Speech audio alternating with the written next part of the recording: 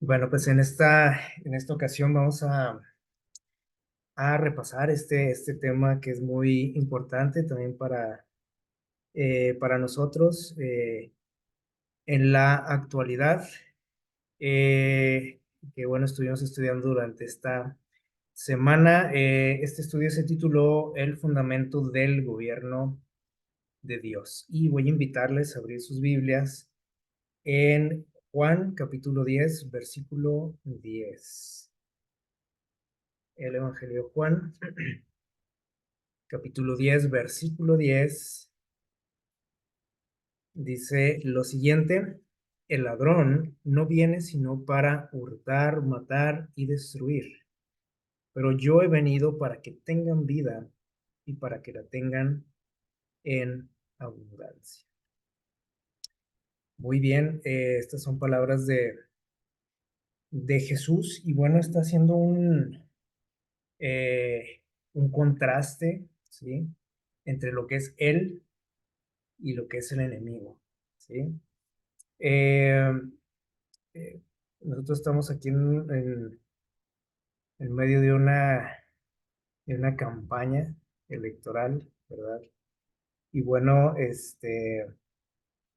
normalmente, bueno, los candidatos, ¿verdad? Algún puesto público, eh, pues hablan cosas muy interesantes, ¿no? Muy bonitas, o hacen muchas promesas interesantes que, bueno, ya después si se cumplen o no, bueno, es otro asunto, ¿no? Pero generalmente, pues la mayoría hacen que propuestas que llaman la atención, ¿no? De la ciudadanía para atraer eh, gente, ¿no? Por los votos. Y bueno, nosotros también estamos en medio de una batalla en donde tenemos que elegir, ¿sí? Elegir un gobernante, ¿sí? Pero no un gobernante terrenal, sino un gobernante de nuestra vida, ¿sí? ¿Quién va a gobernar nuestra vida, nuestra mente, nuestros pensamientos, todo lo que somos, ¿no? Nuestro ser? Y saben que es muy interesante, bueno, el título de este estudio, conocer el fundamento, ¿no? De los que se proponen para gobernar nuestra vida, ¿no?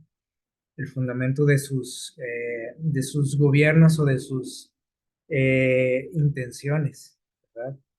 Eh, Nosotros sabemos, ¿no? Al estudiar la palabra de Dios, eh, cómo el enemigo de Dios eh, en el cielo también hizo campaña, ¿no? E hizo eh, propuestas y empezó a jalar gente. Y bueno, se escuchaban interesantes, ¿no? Todas sus propuestas, sus pretensiones, pero resulta que no cumplió ninguna, ¿sí? No cumplió nada de todo lo que él proponía. Él hablaba mucho de libertad, ¿sí? De la igualdad, como muchas veces escuchamos, ¿no? Hoy en día. Así que bueno, mera coincidencia, ¿no? Todo lo que escuchamos. Este, y bueno, hablaba también de que él podría ser que alguien mejor, ¿no? O sea, un gobernante mejor que el que estaba, ¿no? El actual, que es Dios, ¿no? Y bueno, nada se cumplió. Y el problema es que a través de la historia, él ha hecho las mismas declaraciones, ¿no? A cada uno nos propone lo mismo, nos propone felicidad, libertad, igualdad y bueno, un montón de cosas. Promesas que nunca se cumplen. Eh, entonces, tenemos como bien, ¿cómo se dice? Demostrado que el enemigo no solamente promete, ¿no? Promete cosas bonitas, pero no cumple. Y al contrario, o sea, lejos de dar el quita, el arrebata. Y aquí Jesús en esta declaración pone muy en claro de qué se trata esto, ¿no? Esta elección que tenemos que hacer. Y desde un principio él dice que el enemigo aquí le llama el ladrón, ¿sí? Porque está haciendo alusión aquí una parábola, ¿no? De un rebaño. Y dice, ¿el ladrón a qué viene? ¿A qué viene el enemigo? Dice, a hurtar, matar y destruir. Es decir, puras cosas negativas. Y por otro lado, dice Jesús, yo, dice, vengo a qué? Ofrecer, darles, dice, vida y que la tengan en abundancia. Es decir, y no solamente está hablando de la vida eterna, o sea, está hablando de la vida en este mundo. O sea, Él quiere que seamos que felices, que vivamos sanos, que vivamos plenos, ¿sí? Que tengamos una vida abundante, una vida, ¿cómo podríamos decir? De la que podamos nosotros enorgullecernos, ¿no? Y disfrutar también. Así que estas son los dos polos, ¿no? Los dos lados de la moneda.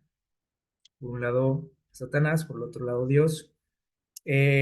Aquí lo que pasa es que el enemigo de Dios no te dice eso. Él no te dice, sabes que yo vengo y te ofrezco destrucción, te ofrezco muerte, te ofrezco sufrimiento. Él no, nunca va a decir eso. ¿Se acuerdan lo que pasó en el Edén también? O sea, engañó a muchos seres celestiales desde un principio, vino a la tierra, engañó al ser humano y bueno, nosotros seguimos siendo víctimas, ¿no? De sus engaños y por eso estamos como estamos, ¿no?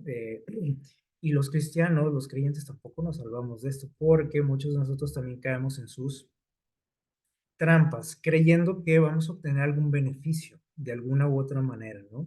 Al, al caer en sus tentaciones, en las sugerencias que Él nos da, ¿no? Entonces, aquí Jesús pone, les digo muy en claro, los fundamentos de su gobierno y los del gobierno de quién, de Satanás, para que no caigamos en el engaño, ¿sí? Que puede sonar muy bonito lo que ofrece el enemigo, pero dice Jesús al final que ofrece que dice destrucción, muerte. Habla de dos caminos también, Jesús, ¿se acuerdan? Un camino ancho, uno angosto, y bueno, siempre nos llama Jesús o Dios a la reflexión, ¿sí? A la decisión. Así que, bueno, ¿cuál es el fundamento del gobierno de Dios? Según lo que vimos ahorita en Juan 10:10, es beneficiarnos siempre, ¿sí? Eso es lo que Él nos ofrece, ¿sí? Quiero beneficiarlos, ¿no? Quiero que tengan una vida abundante en todas las áreas, en todo sentido. Primera de Juan 4:8 nos dice también algo interesante de cómo es Dios. Dice, hay una frase así muy famosa que todo el mundo conocemos que dice, Dios es que amor. Esa es la esencia, ¿no? De su ser, de su persona, el amor. Entonces, el fundamento de su gobierno, obviamente, es que el amor también. El amor, la felicidad, la libertad, cosas que todos buscamos, ¿sí o no? Pero que pocos nos atrevemos a elegir a Dios en nuestra vida, a pesar de que Él nos ofrece todo lo que buscamos y necesitamos. Porque normalmente suena más atractivo lo que nos propone el enemigo, ¿no? Y dice en Mateo 22:36 también algo interesante acerca de su ley, ¿sí? Que es obviamente fundamento importante de su gobierno y que es el reflejo de su ser, de su carácter, ¿sí? Y dice por ahí Jesús, resume la ley en 2 puntos, ¿se acuerdan? Por ahí cuando alguien le preguntó acerca del mandamiento más importante, el más valioso de todos, dijo, bueno, dijo es, amarás a Dios que con toda tus fuerzas, con toda tu mente. Y dice, hay un segundo mandamiento, ¿sí? Amarás a tu prójimo como a ti mismo.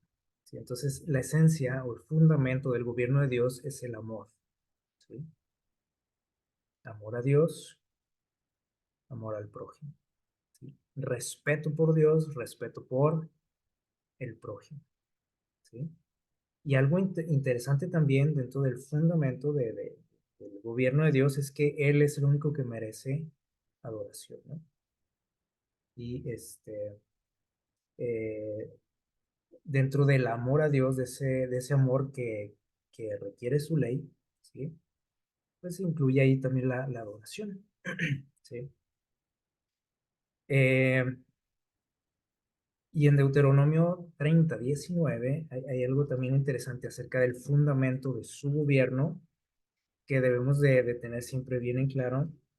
Deuteronomio 30:19, ahí al final del libro, dice: Dios al cielo y a la tierra llamo por testigos contra ustedes. Dice que les he puesto delante, dice, la vida y la muerte, esos dos caminos que hablábamos ahorita, ¿sí? La bendición y la maldición, o sea, el hecho de que te vaya bien y el que te vaya mal en la vida, ¿sí? Y nos hace una recomendación, un consejo, Dios, ¿sí? No nos obliga, ¿sí? O sea, la esencia, el fundamento o parte de ese fundamento es la libertad. Y Él dice, elige la vida para que vivas, dice, tú y tus descendientes. Pero tú eliges, ¿sí? Tú tienes la última palabra. Dios que hace nada más, dice, te pone ahí lo que hay, ¿sí? Las opciones para elegir. Y bueno, muchas veces nos preguntamos, ¿no? ¿Por qué está así nuestro mundo? ¿Por qué pasa tanta cosa? ¿Por qué? Bueno, ¿por qué Dios permite decir? Pero todo lo que sucede es el resultado de qué? De nuestras elecciones o las elecciones de otras personas, ¿sí? Que en última instancia nos afectan también, ¿sí? De una u otra forma, ¿no? Eh, puede ser, por ejemplo, que de repente te viste envuelto en un accidente y dices tú, pero es que yo no tuve la culpa, yo iba conduciendo bien, yo esto, lo otro, ¿ok? Pero las decisiones de otros que te afectaron al final. Entonces, decimos, ¿y por qué Dios permitió esto? Bueno, pues es que somos seres libres, tenemos ese poder de decisión, de elección, y eso es parte del fundamento de su gobierno, el amor y la libertad. Eso es lo que él promueve, ¿sí? Eh, entonces, y eso es algo que él nunca va a cambiar, ¿sí? Dice por ahí la palabra de Dios que en él no hay cambio, ni siquiera señales de cambio, ¿sí? Su ley es para siempre, ¿sale? Entonces, su ley, la que nosotros conocemos, los 10 mandamientos, es el fundamento de su gobierno porque refleja lo que él es, ¿sí? Eso lo hemos estudiado, ¿no? Muchas veces. Así que bueno, debemos de tener claro esto, ¿no? Es el amor, la y la libertad. Eh, cuando nosotros vamos allá al libro de Apocalipsis, y también esto lo hemos hablado últimamente, eh, aparecen por ahí a partir del capítulo 11, el 12, el capítulo 13, eh, como hasta el 18 más o menos, por ahí aparecen algunos, ¿cómo podemos decir? Protagonistas, ¿sí? De la historia de este mundo y especialmente las escenas finales de este mundo que vienen por ahí ilustrados a través de figuras, ¿no? Y que bueno, también les digo, hemos hablado muchísimo de esto, de unas bestias que se mencionan por ahí, y bueno, ya sabemos también a qué se refiere, ¿no? Son poderes, ¿sí? Gobiernos, gente de poder en el mundo, que, bueno, se ilustran así, ¿no? Como una bestia. Y bueno, el primero que aparece por ahí en Apocalipsis 12:17, y les voy a pedir que leamos este texto. Apocalipsis 12:17, aparece por ahí una figura, de un dragón, ¿se acuerdan? En este capítulo. Un dragón que, nosotros leemos este capítulo, nos dice ¿A quién es? ¿A qué representa ese dragón? Y nos dice que es quién, Satanás. ¿Sí? Y dice que este dragón, dice el versículo 17, se airó contra la mujer. Dice, y fue a combatir a sus hijos. ¿Y a qué se refiere esto de la mujer y sus hijos? O sea, su descendencia. ¿Quiénes son o a qué se refiere? Dice, son los que guardan sus mandamientos, a los mandamientos de Dios. Dice, los que guardan los mandamientos de Dios y tienen el testimonio de Jesús. Y especialmente dice que el dragón, o sea, es decir, Satanás está enfurecido contra este grupo, ¿sí? Contra los que guardan, dice, los mandamientos de Dios y tienen el testimonio de Jesús. El testimonio de Jesús tiene que ver con su carácter, ¿sí? O sea, el testimonio, el reflejo, ¿sí? Lo que es Dios también, ¿sí?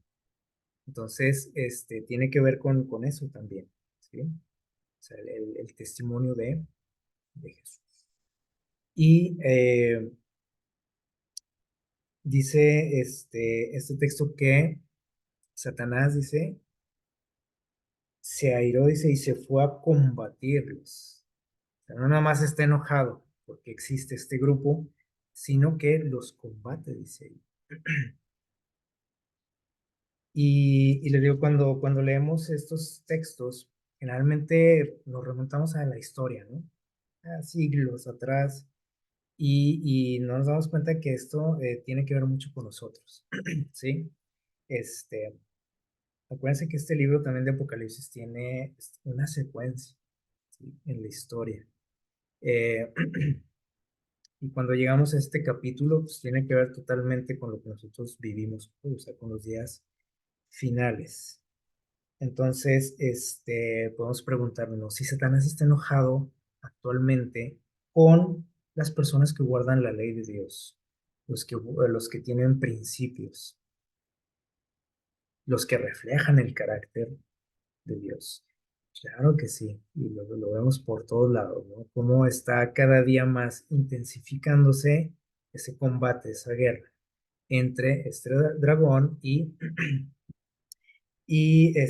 la mujer, el pueblo de Dios. Y aparece por ahí en el capítulo 11 de Apocalipsis también, lo hemos hablado bastante, y que pocas veces, digo, hemos dado importancia, ¿no? O sea, antiguamente a este capítulo, o siempre lo situábamos muy allá en otras épocas, capítulo 11 de Apocalipsis, donde aparece otra bestia, ¿sí? No es el dragón, ¿sí? Habla de una bestia por ahí, nos da sus características también, y les digo, lo hemos mencionado, ¿no? Últimamente, donde una de sus características son precisamente el, ¿cómo podemos decir? El promover, ¿sí? Lo que es la inmoralidad en el mundo, lo que es el ateísmo, ¿sí? O sea, todo, o sea, en contra de Dios totalmente, o sea, es un gobierno, un poder en este mundo que pues, se puede considerar como secular, ¿sí? O sea, no es un poder religioso, ¿sí? Este, sino de otro tipo, o sea, es muy diferente, tampoco es político, ¿sí? Eh, y cuando nosotros entendemos esto y que lo hemos analizado también, nos damos cuenta de que tiene que ver mucho con los poderes económicos de este mundo, ¿sí? Con gente poderosa, o sea, de dinero, ¿sí? En este mundo, y que son los encargados de hacer esto, todo este desastre que tenemos en el mundo, ¿sí? En cuanto a ideologías, pensamientos, formas de actuar, este, esta bestia es la culpable, ¿sí? Y aparece otra bestia, ¿sí? En el capítulo 13, donde también nos damos cuenta que es muy diferente también, o sea, hay gente que la relaciona con esto, pero no tiene nada que ver, ¿sí? O sea, son muy diferentes, este, Hay cosas que, podemos decir, coinciden, pero coinciden porque todos estos poderes están unidos en un mismo objetivo, ¿sale? Que es destruir al pueblo de Dios, a los que guardan los mandamientos de Dios. Eh, los que se han decantado por quién, por Dios, ¿sí? En esta gran guerra, en esta gran decisión que tenemos que hacer. Este poder, sabemos que es un poder religioso, ¿sí? Que en el mundo dice tuvo su poder, su época, siglos atrás, lo perdió y dice por ahí el texto que lo va a volver a tomar, ¿sale? Un poder religioso en el mundo, la organización religiosa más poderosa del mundo. Eh, y luego aparece más adelante allí una bestia que no se ve tan, no suena tan grotesca, ¿sí? Su descripción, como las anteriores, no se ve tan mala, ¿sí? Tan peligrosa, porque si se fijan, pues, al menos aquí en la imagen, ¿no? O sea, como que sí se ve más tenebrosa las otras, ¿no? Esta se ve un poquito más, como más tranquila, más dócil, ¿sí? Y aparece también en el mismo capítulo 13 de Apocalipsis y sabemos que es un poder de tipo político, ¿no? En el mundo, este, una nación muy poderosa en el mundo, representada por esta figura, ¿no? Así que pues ya sabemos a quién se refiere. Eh, y saben que el cristiano convencional, ¿sí? Tradicional, generalmente ha puesto ¿cómo podríamos decir? Ha hecho mucho énfasis y se cuida mucho de esta bestia, ¿sí? De este poder, del poder religioso, ¿sí? Y siempre, bueno, ha tenido sus reservas, ¿no? Con ellos y siempre, eh, como que lo tenemos más como que en la mente, ¿no? Y en la mira al poder religioso del mundo. Y decimos, no, pues es que ese es el enemigo, ¿no? De ese tenemos que cuidarnos. Pero, y bueno, pues el dragón, pues ya lo sabemos, ¿no? De Satanás. Pero creo que ponemos poco cuidado, poca atención de lo que Dios nos dice acerca de las otras dos bestias, ¿sí? Les digo, generalmente nos centramos todo aquí sobre esta representación, ¿no? Eh, y bueno, le digo, prácticamente no tomamos en cuenta lo que pueden hacer los demás. Y al no tomar en cuenta, si lo que Dios nos dice acerca de estos poderes, obviamente nos toma desprevenidos siempre, ¿sí? Y estamos siempre como fuera de lugar, ¿no? Y fuera no estamos en guardia, ¿no? Bueno, también hemos escuchado mucho de esto, pero como que tampoco le damos mucha importancia y nos dejamos también engañar, ¿sí? Porque cuando hablamos, por ejemplo, de Estados Unidos en el mundo, como que decimos, "No, pues es que pues, es un poder que es necesario en este mundo, ¿no? Porque son los que ponen orden, son los que salvan a las naciones, son los que ayudan, son los héroes, ¿sí o no? Y eso se nos vende por ahí en las películas, en las series que a veces vemos, ¿sí o no? Este, ¿quiénes son los que salvan al mundo siempre? Los héroes. Los chinos, los australianos, los nigerianos, los mexicanos, ¿quiénes son? ¿Sí? Los Estados Unidos, siempre.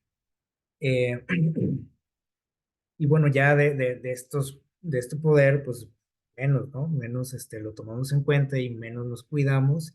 Y hemos hablado mucho, ¿no? De todo lo que nos está afectando, ¿no? Les decía ahorita hasta el punto de que toda ¿cómo podemos decir? La ideología, la mentalidad que tenemos actualmente ha surgido de ahí, ¿sí? No del poder religioso, tampoco del poder político del mundo, ¿sí? Sino de este poder, ¿sí? Y ¿cómo podríamos decir? Lo irónico de todo esto, si es que les digo como cristianos, si no, somos como que ponemos una barrerita, ¿no? O sea, bueno, hablando del poder religioso, muy probablemente a lo mejor tenemos nuestras reservas, ¿sí? Los poderes políticos del mundo, pero a este poder y esta bestia la tenemos en nuestra casa, ¿sí o no? Ahí la tenemos y la alimentamos o nos alimenta, ¿sí? Y no nos damos cuenta. Entonces, porque bueno, la Biblia, sí hace énfasis en la cuestión, o sea, a lo mejor lo menciona mucho el poder religioso, ¿sí? Por la cuestión de que lo que está aquí en juego es la cuestión de la adoración, lo espiritual, ¿sí? Pero hay algo que a veces se nos pasa por ahí en el capítulo 13 de Apocalipsis, nos dice que los otros poderes, las otras bestias le dan toda la autoridad, le dan todo su poder a esta bestia, ¿sí? O sea, a veces no nos damos cuenta del papel que juegan los demás. Y a veces les digo, nada más nos centramos en esta figura y nos olvidamos de los demás. Y ahí es donde está el problema, porque no nos cuidamos, no tenemos eh, no estamos atentos a lo demás que sucede, estamos distraídos.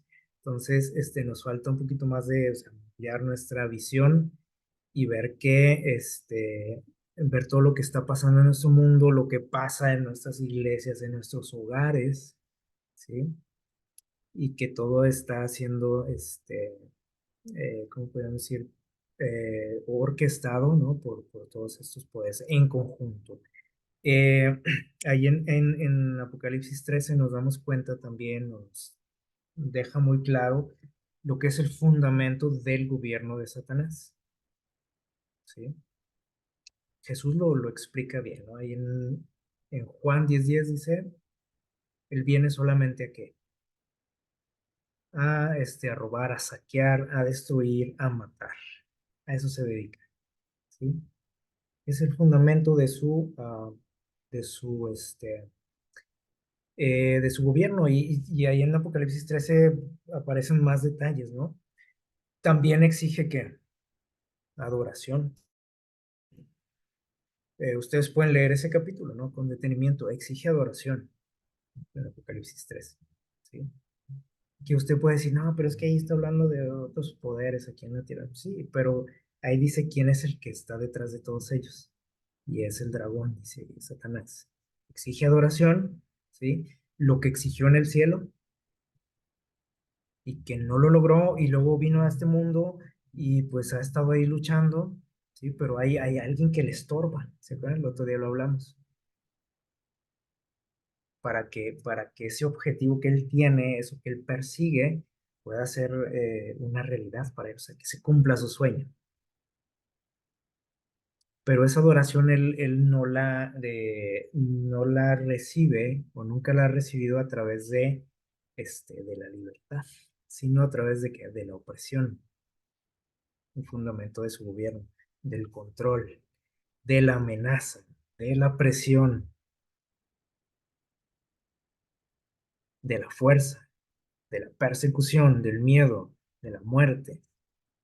Solo así puede obtener adoración él, a través del engaño, porque nadie, o sea, en sus cinco sentidos, le puede rendir adoración a él, solamente a través de qué, del engaño.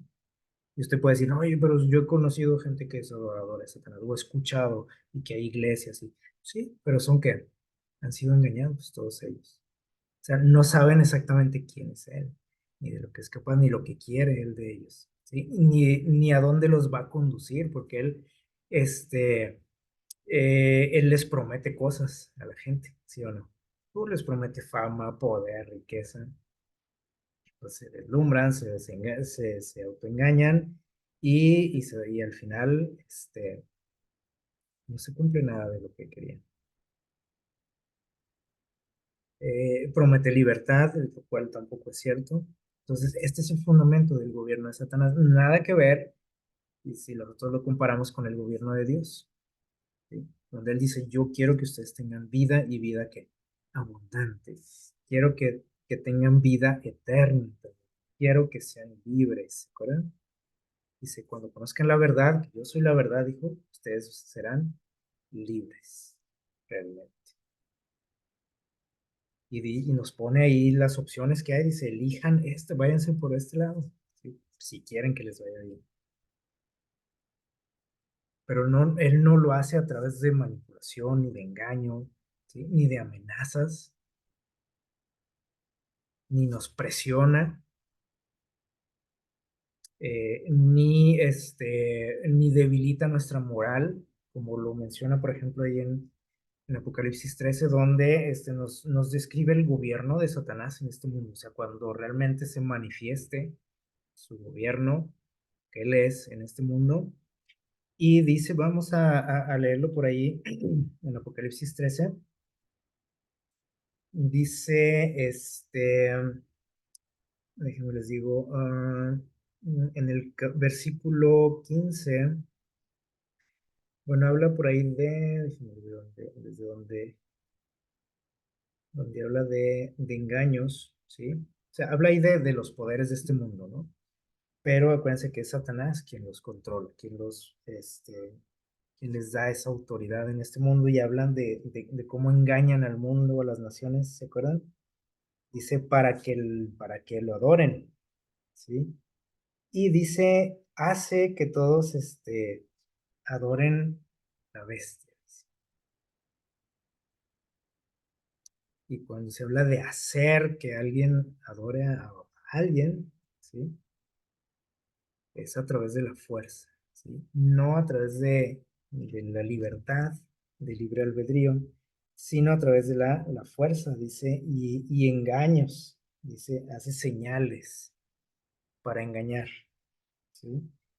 Y habla también por ahí de amenazar de muerte a todo aquel que no quiera, sujetarse, que no quiera someterse a este gobierno, ¿sí? Y habla de persecución, por ejemplo, ahí en Apocalipsis 12, ¿sí?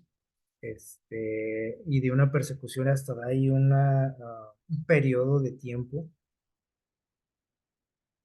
una persecución encarnizada contra todo aquel que no, porque él es así, o sea, él te obliga, ¿sí? Dice, no quieres, pues, o sea, lo haces o lo haces, ¿sí?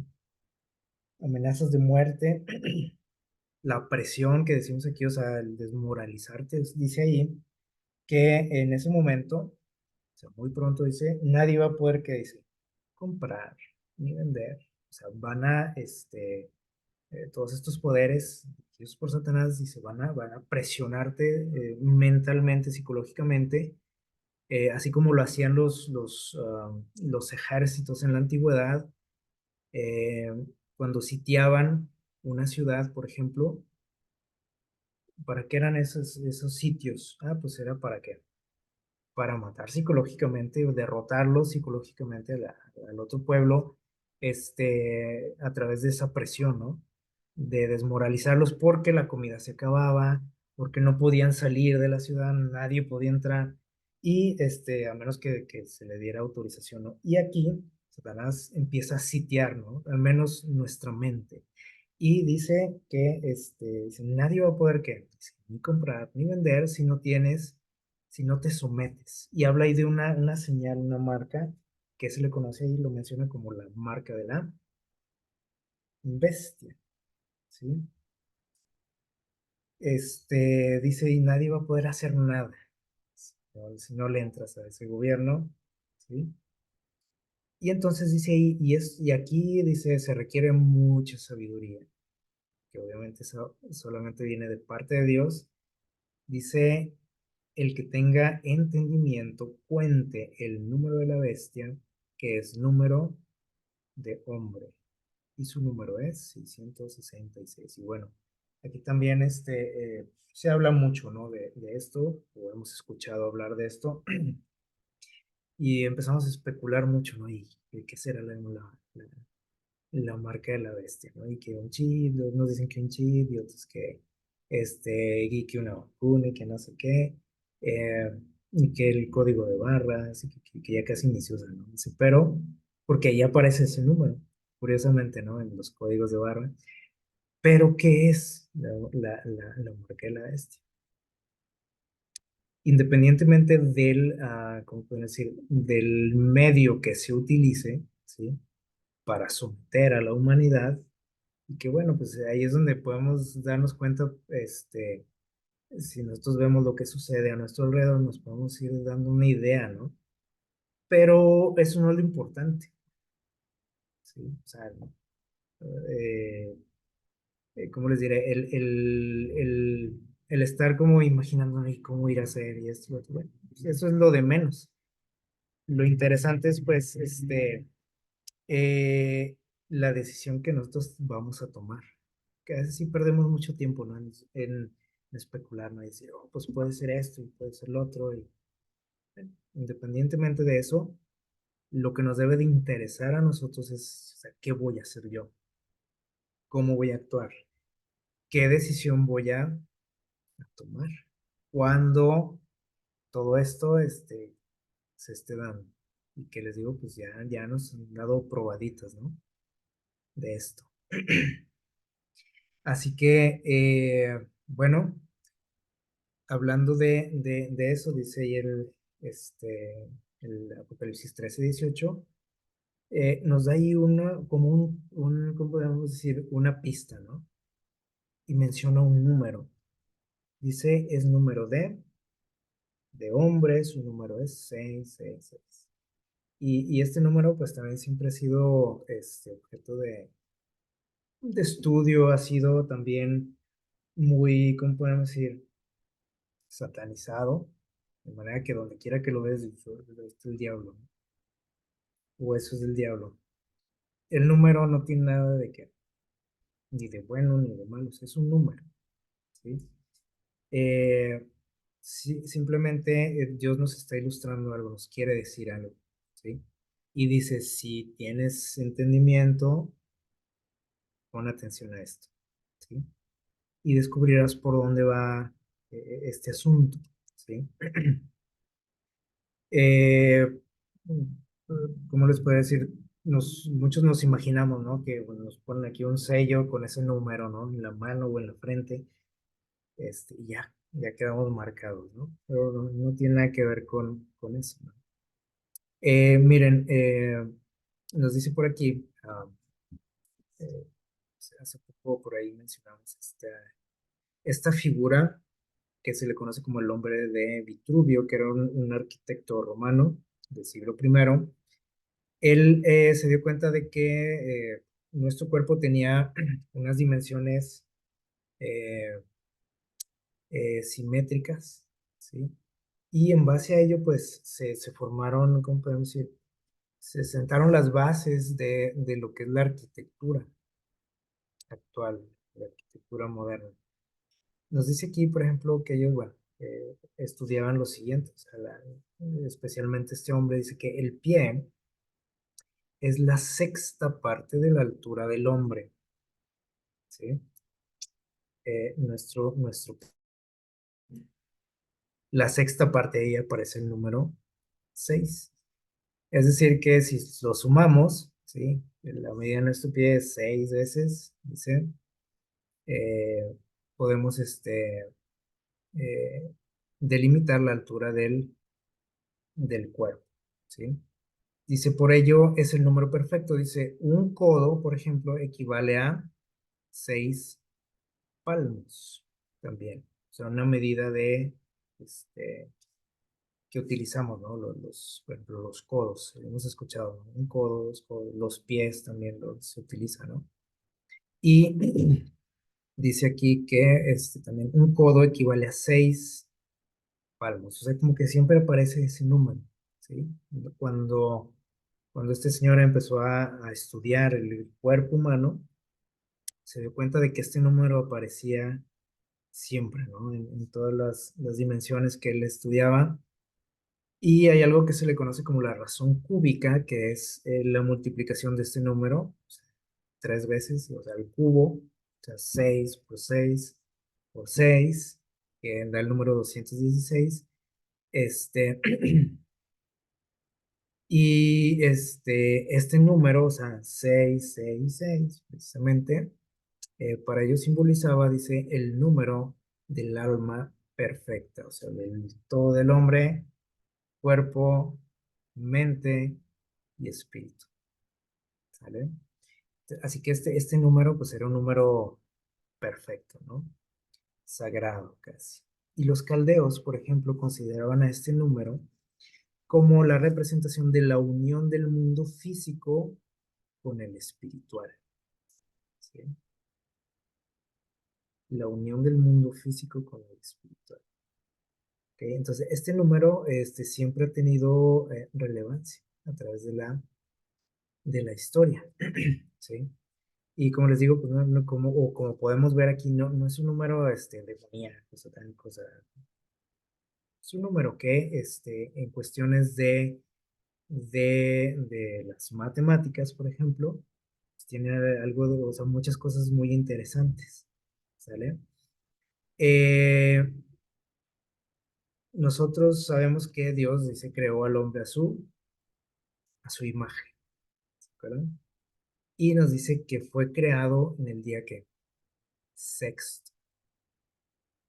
Aparece el número 6 otra vez, ¿sí? El día sexto de la creación. Así que dice, siempre se consideró, por ejemplo, el número 6 como el número de qué? Del hombre, ¿sí? Así como el 7 que nos dice ahí en el relato de la creación, que el día séptimo Dios descansó y dedicó ese día para él, ¿sí? O sea, para que el ser humano se relacionara con él, lo conociera mejor, ¿sí? Este, Ese día es ¿de quién? De Dios, ¿sí? Y el sexto siempre se consideró el número del hombre, ¿sale? Así que ese número, el 666, dice que siempre fue considerado también como la cifra de la vida, ¿sí? Porque ahí les da un detalle interesante. Dice que nuestro ADN posee tres componentes, dice fósforo, nitrógeno y carbono, ¿sale? El ADN. Y dice, bueno, el carbono, dice, es el segundo elemento más abundante en la naturaleza material, que se le conoce, se le llama la matrix. Dice, y el segundo, obviamente, dice, después del oxígeno, ¿sí? Del que depende la vida. Pero entonces, por eso se le llama el número de qué? De la vida. ¿Por qué? Miren, porque perdón, el carbono dice que está formado por 6 neutrones, 6 protones y 6 electrones. Y ahí aparece otra vez este número, ¿no? 666. Entonces, tiene que ver siempre con el hombre, ¿se fijan? O sea, no tiene que ver nada con el diablo, ¿sí? Este, o con espíritus malos, ¿no? O sea, siempre este número se ha relacionado con el hombre. Y entonces, bueno, ¿qué nos quiere decir Dios con todo esto?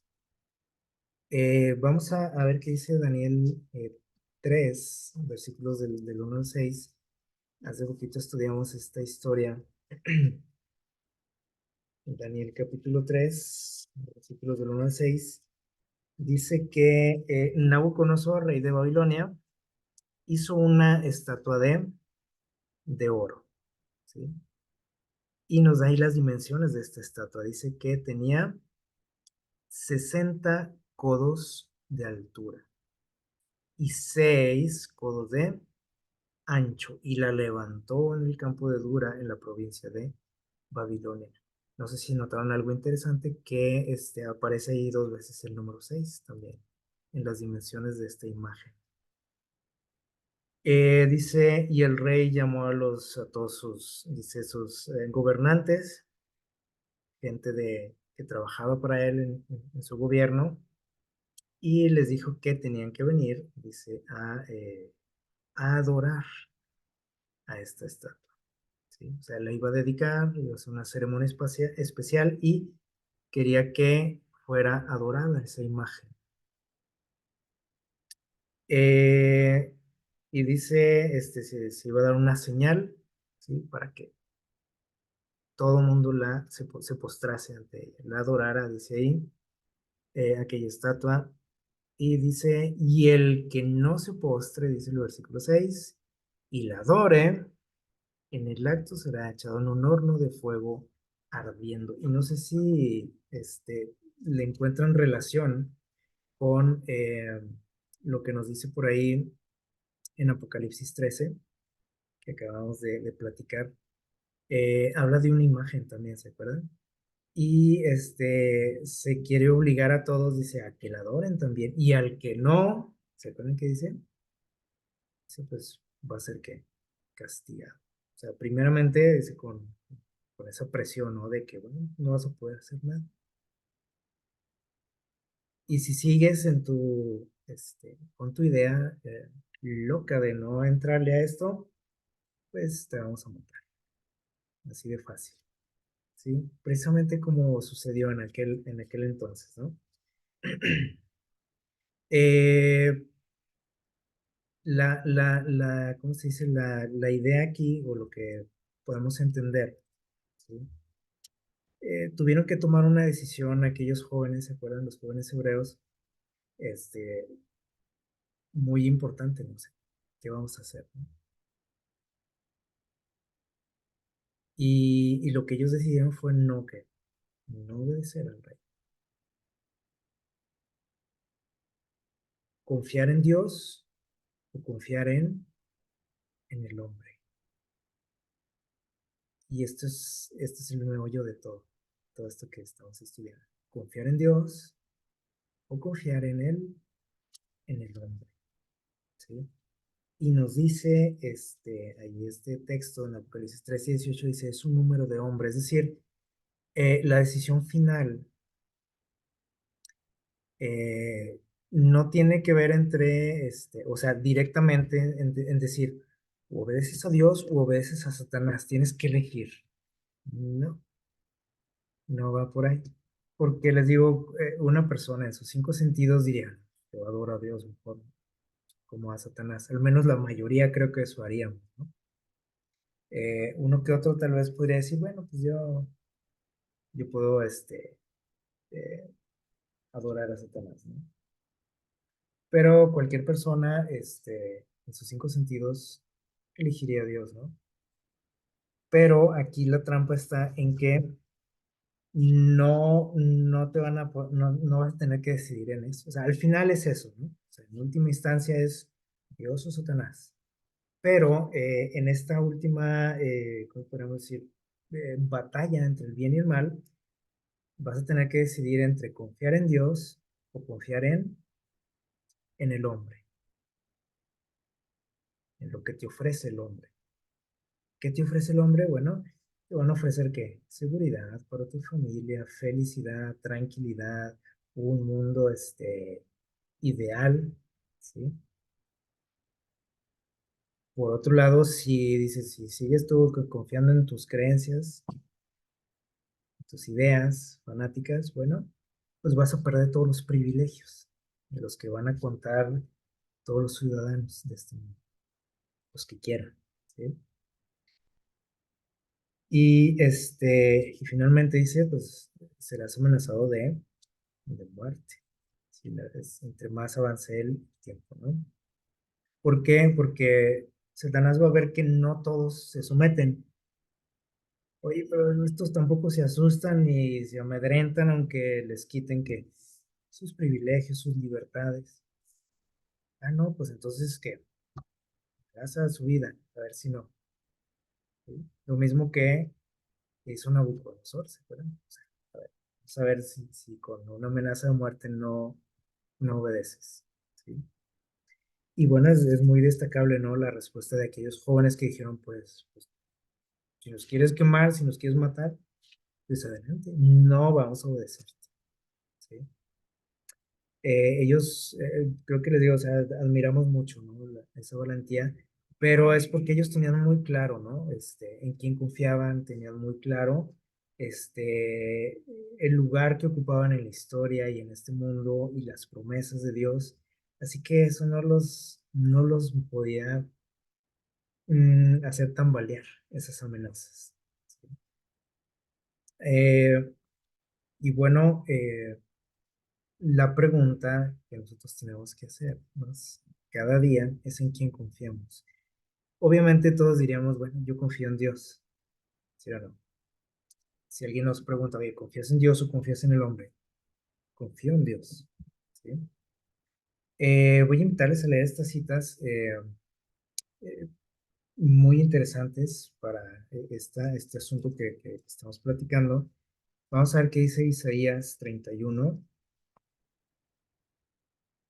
y de esta manera nosotros podemos entender qué es la marca de la bestia, ¿sí?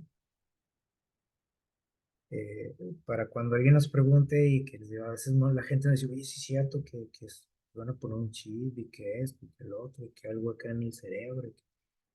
Pues es secundario, ¿no? Y es lo menos relevante, que es, o sea, qué método se va a utilizar. Lo que es importante es esto que estamos platicando y es la base de esto, ¿sí? De la decisión que tenemos que tomar. Isaías 31 del 1 al 3. Vamos a leer esto, sí, rapidito. Dice lo siguiente, hay de los que descienden, dice, a Egipto por ayuda. Dice, que confían en caballos, que ponen su esperanza en carros. Dice, porque son muchos. En jinetes, dice, porque son muy fuertes.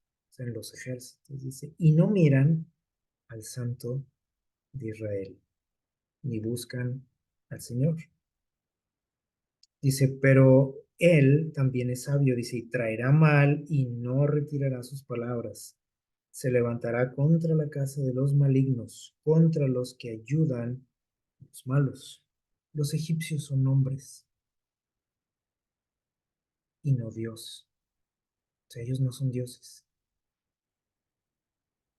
El pueblo de Israel en ese momento estaba confiando en los egipcios para que les ayudaran. Y Dios les dice, a ver, son hombres como ustedes. No son dioses, dice, sus caballos son carne y no espíritu. De manera que dice, solo que con solo extender el Señor su mano, caerá ese en el que tú confías,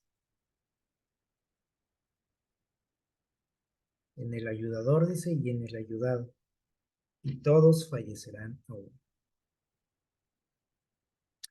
Eh, es bueno analizar, ¿no?, estos textos y preguntarnos en qué situación estoy yo, ¿sí? Porque le digo, es fácil decir, uy, estos israelitas, ¿no? Qué bárbaros, ¿no? Cómo dudaban de Dios, cómo ponían su confianza en eso. Bueno, pues vamos a ver qué estamos haciendo nosotros, ¿no? Hoy. Jeremías capítulo 17, versículos del 5 al 8. Les voy a invitar ahí a que utilicen su Biblia para que puedan analizar estos textos, corroborarlos también. Jeremías 17, 5 al 8 dice, así dice el Señor, un texto muy conocido, ¿no? Dice, maldito el que confía en el hombre. Dice, y que se apoya en la carne y su corazón se aparta del Señor, será como la zarza del desierto y no verá el bien, sino que morará en la sequedad del desierto y en tierra salada e inhabitable. Pero por otro lado dice, bendito el que confía en el Señor porque, y pone, dice, su esperanza en él, porque será como un árbol plantado a la orilla del agua y que junto a la corriente echa raíces dice, y no teme cuando viene el calor, sino que su hoja está verde en el año de la sequía y no se fatiga ni deja de dar fruto. Y más adelante, y en el capítulo 42 de Jeremías, nos da otro mensaje interesante. Los versículos 14 al 16 dice, si decís, dice, no, antes iremos a Egipto. O sea, serían de aferrados, ¿no? Dice, a donde no veremos guerra. Dice, ahí vamos a estar tranquilos, felices. Dice, no iremos sonido de trompeta, ni tendremos hambre de pan, y allá viviremos. Entonces dice, oíd la palabra del Señor, reliquias de Judá. Así dice el Señor Todopoderoso, Dios de Israel, si volvéis, dice, vuestro rostro para entrar en Egipto, Dice, y entráis para vivir allá, entonces la espada que teméis os alcanzará en Egipto, y el hambre que teméis allá en Egipto se os pegará, y allá moriréis. Y Primera Reyes, vamos a ir a ver qué dice el capítulo 10 versículo 14.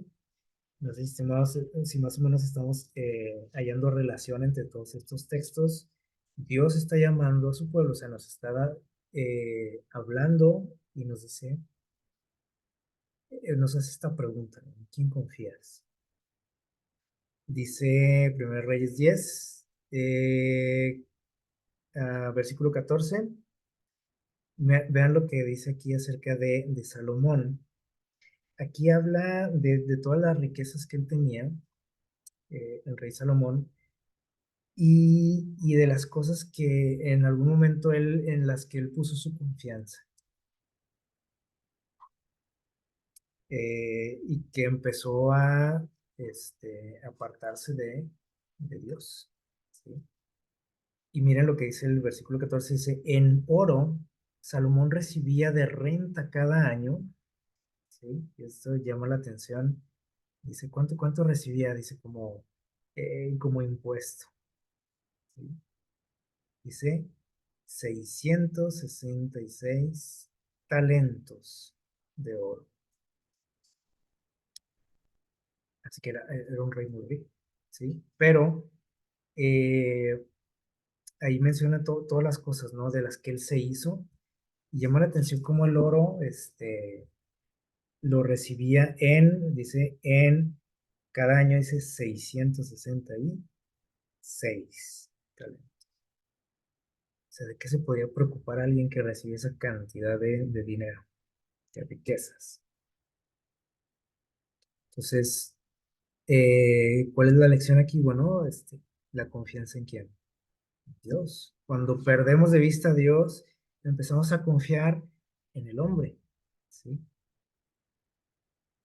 En lo que tenemos, ya sea otras personas o yo, ¿sí? O lo que otros me ofrecen, o lo que yo mismo creo que me puedo ofrecer a mí mismo, ¿sí?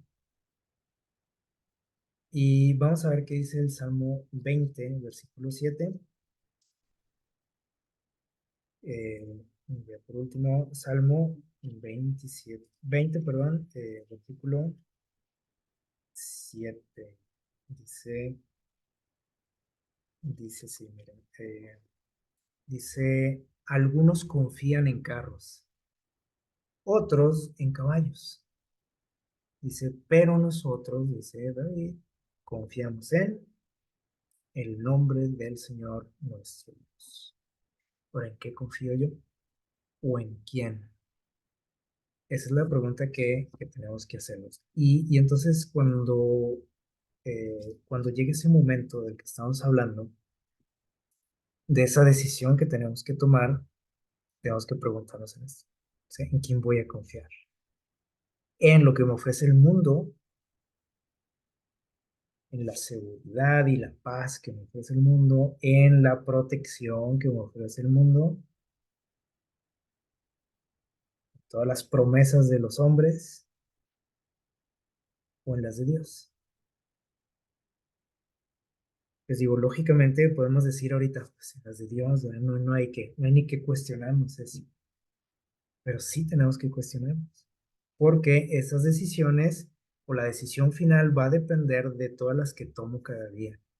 Yo no puedo estar tomando decisiones eh, en base a lo que el hombre me ofrece o la confianza que tengo en el hombre, en los políticos, en mi jefe de trabajo, en no sé, en el sindicato, en quien ustedes quieran, ¿sí? O sea, no me lo puedo pasar confiando en el hombre y decir, bueno, cuando llegue esa decisión final, voy a confiar en Dios. Cuando no estoy acostumbrado a hacerlo, cuando siempre pongo, sobre todas las cosas, mi confianza en qué, en el hombre, en las posiciones, en lo que yo tengo, en mis estudios, en no sé qué, ¿sí? Es imposible, entonces esa decisión final va a depender de las que cada día yo haga, ¿sale? Y terminamos con esto. Y esto creo que nos va a dejar muy en claro qué es la marca de la bestia. Dice, cualquiera que pisotee la ley de Dios para obedecer una ordenanza humana, ¿qué dice? Recibe la marca de la bestia. No el que digas, ah, que le pusieron ahí un chip, no, es que, no sé, lo vacunaron, no sé qué. Le pusieron ahí un sello, un código y no sé qué, porque a veces hacemos mucho énfasis en eso, ¿no? Eh, ¿Quién recibe la marca de la bestia? Dice, el que pisotea la ley de Dios para obedecer una ordenanza humana. Entonces, ¿qué es la marca de la bestia? Simplemente que darle mi confianza, eh, poner mi fe en quién, en el hombre. Por eso menciona ese número eh, que dice, ¿y es número de qué? De hombre. Pues dice Dios, cuidado, estudien bien esto. Porque generalmente, les digo, nos centramos en otros aspectos o en otros personajes y decimos, no, pues cómo voy a adorar al anticristo y que cómo voy a adorar al sistema religioso, a la iglesia universal. No, decimos a los cristianos, ¿no? Pero no va por ahí eso, ¿sí? Acuérdense, o sea, Satanás está trabajando por todos los flancos y nosotros a veces nada más tenemos en la mira algo o alguien, ¿sí? Un líder religioso, ¿sí? Y estamos atentos a ver qué dice, qué no dice, qué hace. Y sí, pero por los otros lados, el Satanás se está metiendo hasta nuestra casa, hasta la cocina, y no nos damos cuenta, ¿sí? Dice, cualquiera que acepta el signo de sumisión al poder al cual prefiere obedecer, dice, en lugar de obedecer a Dios. O sea, cuando nosotros ponemos nuestra fe en el hombre, dice, estamos aceptando ese signo, esa marca, que a lo mejor ni siquiera tiene que ver con algo físico, ¿sí? Todo está en nuestra mente. Finalmente es lo que pelean estos dos bandos, el control de tu mente y de tu vida. Todos, dicen, los que se nieguen a obedecer serán castigados. Ya vimos que ese es uno de los fundamentos del gobierno de Satanás. La violencia, la fuerza, el engaño, las amenazas. El que no quiera, dice, va a ser castigado por la autoridad civil, por esa bestia, ¿sí? El poder político, dice, y civil, dice. Y finalmente se decretará que son dignos de muerte. Y ahí lo dice, que en Apocalipsis 13. Y eso a todo mundo pues, nos preocupa y nos asusta, a lo mejor, ¿no? Dice, ¿cómo va? Pero estos textos que leímos ahorita también son muy claros y dice, el que confía en el hombre, dice Dios, le va a ir así y así y así. Y todo eso que teme se le va a venir, ¿sí? Y dice, maldito el que confía en que el hombre. Y da un contraste con aquellos que ponen su confianza en quién, en Dios. O sea, sí parece que la cosa se pone peligrosa y fea para los que obedecen a Dios, pero no es así, ¿sí? Hay bendición, hay protección, ¿sí? Hay promesas para aquellos que tomen la decisión correcta. Miren lo que dice aquí, dice, sí, dice, van a ser castigados, algunos van a poner un decreto, dice, de que de muerte. Y eso, pues les digo, puede preocuparnos y nos puede hacer pensar, no, pues entonces está mejor que la bestia, ¿sí o no? Pero dice, por otra parte, vamos a ver el otro lado de la moneda, dice, la ley de Dios exige obediencia también, así como la exige quién, estos poderes, que se van a unir todos para querer destruir al pueblo de Dios y todo lo que tenga que ver con Dios. Dice, pero la ley de Dios también exige que obediencia.